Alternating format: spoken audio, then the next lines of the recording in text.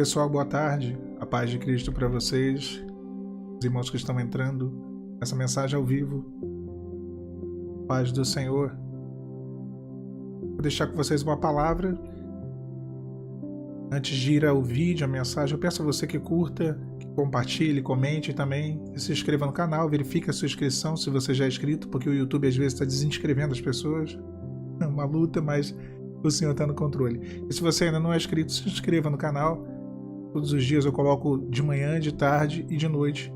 Coloco 3 vídeos ao longo do dia aqui no canal. Pessoal, a gente não pode esperar as coisas melhorar. Eu estava pensando sobre isso, porque inúmeras vezes eu pensei assim comigo mesmo, planejando. Não, quando as coisas estiverem melhor, quando as coisas, o vento for mais favorável, né? E hoje de manhã eu falava um pouco sobre essa questão de vento, né? Quando as coisas estiverem bem, né? E aí eu vou e tomo uma atitude, eu vou e ajo de uma outra forma e, enfim, vou começar a fazer as coisas, vou começar a botar as coisas para frente e tentar mudar a minha vida, porque tem coisas que Deus faz, outras somos nós, né? O que a palavra ela diz lá em Eclesiastes capítulo 11, no versículo 4? Quem observa o vento nunca semeará, e o que olha para as nuvens nunca cegará. Não adianta, é melhor uma pequena atitude realizada, executada, do que a gente ficar planejando altas coisas e não pôr nada em prática, né? Quem observa o vento nunca semeará. É hora de semear. No mundo espiritual, o mundo espiritual é a terra mais fértil para a semeadura, né? Onde a lei da semeadura ela funciona de uma maneira muito plena. Então, quando nós semeamos, lançamos as nossas sementes, pagamos um preço, clamamos ao Senhor, pedimos ao Senhor, o Senhor, no tempo oportuno, Ele nos dará. Então, quem observa o vento, quem fica parado, quem não faz, quem não busca, quem não invoca o nome do Senhor, esse nunca semeará e, consequentemente, nunca cegará. Nunca vai colher porque não plantou. E porque não plantou? Porque ficou parado. Tem coisas que Deus vai fazer, mas tem coisas que nós devemos fazer. Claro, temos as nossas limitações. Todo mundo tem suas limitações, né? Falei o texto de Eclesiastes 11, mas em Eclesiastes 9, no versículo 10 diz assim: tudo quanto te vier à mão para fazer, faze-o conforme as tuas forças. Então tem coisas que vêm à nossa mão para que venhamos a fazer. Tem coisas que nós podemos fazer. Então faze-o conforme as tuas forças. É hora de tomar atitudes, de mudanças. Não adianta eu quero que minha vida mude, mas você não quer mudar. A mudança vem quando nós mudamos. A mudança vem quando nós não rompemos aquele ciclo, aquelas atitudes cíclicas, né? Aquele ciclo vicioso de atitudes erradas, equivocadas. Eu sempre trabalho comigo, na minha vida, com um checklist, né?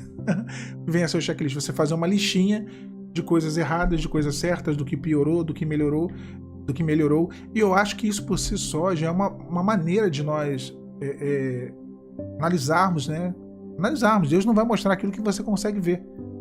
De nós analisarmos a nossa jornada. Todo mundo é conduzido a uma aprovação, a uma experiência, a uma situação de dificuldade e adversidade para ser transformado, para ser alçado a uma nova etapa. E aí nós criamos um checkpoint ruim, que nos trava, que nos deixa parado no mesmo lugar, que nem Israel, quando ficou rodando a montanha de Seir, e o Senhor vira para eles e fala assim: olha só, vocês já rodearam demais essa montanha, virai-vos para o norte, tendes rodeado demais. Estão aí dando voltas, aí andando em círculo, né? E às vezes fazemos isso, irmãos, porque insistimos nos mesmos erros, ou nos acostumamos, confundimos, e aqui essa é uma observação importante. Muitas vezes confundimos descanso com comodismo. Descansar em Deus não é se acomodar em Deus. Se acomodar em Deus não, se acomodar pensando que está em Deus, porque na verdade não existe isso. Nem Deus quer isso, né? Então, quando eu vejo Neemias restaurando a cidade, os muros de Jerusalém, as portas, os muros, aquilo que Neemias podia fazer, ele fez. Carregar madeiras para a construção da cidade, pedras, conversar com as pessoas para que elas pudessem pôr a mão na obra e ali levantar os muros que estavam fendidos, as portas queimadas. Isso foi Neemias que fez. Isso era possível ser feito. O que era impossível? Mover o coração do imperador. Fazer com que o imperador disponibilizasse cartas, desse cartas para que ele tivesse autorizações para atravessar as províncias, para reconstruir a cidade. Para que o imperador tivesse ali o ânimo de dar a ele recursos. Recursos, vejam os irmãos. Neemias recebeu férias e recursos para restaurar a cidade. Então aquilo que ele podia fazer, ele fez. O que ele não podia, Deus fez para ele.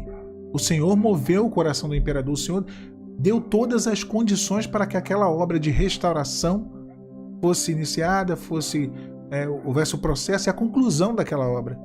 É a mesma forma na nossa vida. Quem observa o vento não semeia, nunca semeará. E quem olha para as nuvens nunca cegará. Então, tudo que vier à mão, irmãos, para fazer, faze-o conforme as tuas forças. Por que conforme as tuas forças?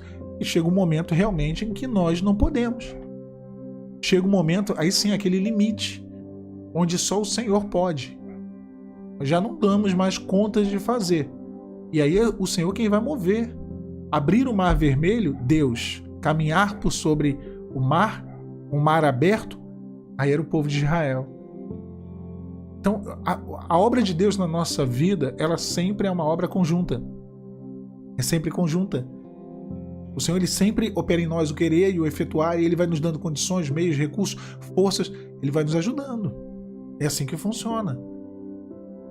Tem a nossa parte. Então, queira mudar, queira romper esse ciclo. É hora de avançar. Eu lembro de um momento, eu já comentei isso aqui algumas vezes, mas como o público é novo, sempre tem gente entrando no canal. Uma vez minha vida estava travada, mas extremamente travada, e um pastor muito sábio, ele falou comigo assim: Alan, deixa eu orar por você. Do nada ele falou isso. Ele orou e tal. Depois ele falou: sabe por que eu orei por você? Porque a sua vida está travada e é hora de avançar. E eu pedi ao Senhor uma palavra, o Senhor me deu um texto de Jó, o pastor falando comigo, né? Onde Jó, ele diz assim: tu me pões em trincheiras. Depois até eu procuro o texto e passo para vocês. Jó falando que o Senhor ele tinha ficado em trincheiras, ou seja, trincheira, ele não conseguia avançar. Ele não conseguia ir além, ele estava preso a uma situação. Tudo bem, tem situações que são momentos, são momentâneas, né? Nós devemos viver aquilo. São cativeiros, são prisões espirituais, entre aspas, prisões espirituais. Estou falando de aprisionamento de Satanás, não. Estou falando de situações espirituais onde há uma verdadeira prisão, mas temos que viver aquele momento, passar por aquilo. É necessário para a nossa jornada. É necessário para o fortalecimento da nossa fé. Agora, tem coisas que Deus, ele nos põe, né? Como botou João Batista dentro daquela cela, quando ele foi preso por Herodes. Como Daniel, que foi parar na cova dos leões. Como Misael, Ananias e Azarias, ou Sadraque, Mesaque e Abednego, né? Os mesmos homens, que foram lançados na fornalha de fogo. Tem situações que nos limita, que nós não podemos sair delas, né? Porque se Deus não tivesse colocado uma pedra, né? Se não tivessem colocado, o Senhor, né, testificado isso, na cova dos leões, Daniel saía correndo. Ele ia sair correndo. Quem não sairia? Então, tem situações que você tem que viver. Agora tem outras que Deus não nos coloca, irmãos. Nós nos prendemos. Nós nos colocamos. Ficamos rodando ali, né? Um dia eu postei no Instagram e postei no story aqui do YouTube. Um elefante preso a uma cadeira. Elefante preso a uma cadeira, né? E olha, pode parecer piada. Eu não sei vocês, mas eu já vi animal de circo, né? Aqui na minha cidade, antigamente, né? Eu sou de 83, então na época dos anos 90, anos 80, tinha muito circo aqui, e os animais de circo, assim, animais às vezes grandes, presos em estaca. Aí você pensa assim: meu Deus, aquele bicho não se solta não? Um bicho gigante, um animal gigante, com uma força tremenda, preso, né? Que nem a tirinha que eu falei agora, né? Que eu vi do elefante preso na cadeira. Às vezes a pessoa tem um grande potencial, a pessoa tem dons, talentos que o Senhor deu a ela, mas ela está presa a traumas, presa a passado, preso a mágoas, a coisas pequenas. Lembra que eu falei na semana passada das raposinhas, que são as coisas pequenas que destroem de uma maneira tão grande, né? Às vezes uma coisa tão pequenininha, mas a destruição é tão grande, é desproporcional o tamanho. E é isso, não permita que isso aconteça na sua vida. Não fique travada, não fique travado. Né? Estabeleça planos, metas em Deus. Eu tenho os meus momentos de à deriva? Tenho, porque eu entendo que eles são necessários. Mas eu estou sempre estabelecendo planos e metas. Mas chegam alguns momentos que eu tenho um momento de eu me permito entrar nesse momento? Sim, eu sempre fiz isso. E eu vou dar até um argumento bíblico. Quando Elias ele sai, ele vai para o deserto, ele fica embaixo do zimbro, o anjo toca nele, desperta ele e fala, come. Ele come e volta a dormir. E o anjo acorda ele? Não. Depois o anjo de novo toca nele e acorda ele. Mas naquele momento o anjo não recrimina. Até Deus ele sabe que existem momentos que a gente tem que descansar. A gente tem que respirar. A gente tem que replanejar, recalcular. Como eu sempre falo de Abraão, altar e tenda, para saber a direção, para ter a bússola de Deus e entender qual era o caminho que Deus tinha para ele. A mesma coisa eu faço. Tem momentos que eu fico, entre aspas, é uma deriva controlada, quando você abaixa, você guarda ali, tira as velas e você está controlado, você só está planejando. Mas o problema é quando você está à deriva, e não é a deriva sobre controle. Quando a pessoa está à deriva, ela não sabe realmente o que vai fazer, para onde vai, o que será, está totalmente à deriva. E não busca o Senhor, e não clama, e não estabelece metas em Deus. Metas em Deus são importantes. São importantes. Grandes servos e servas da Bíblia estabeleceram essas metas. Estabeleça isso. Faça a sua parte. Faça a sua parte. Eu tenho certeza, meu irmão e minha irmã, que Deus fará dele. Porque Ele é um Deus que trabalha por aquele que nele espera. Agora faça a sua parte. Deus te abençoe nessa tarde. Pai, Senhor Jesus,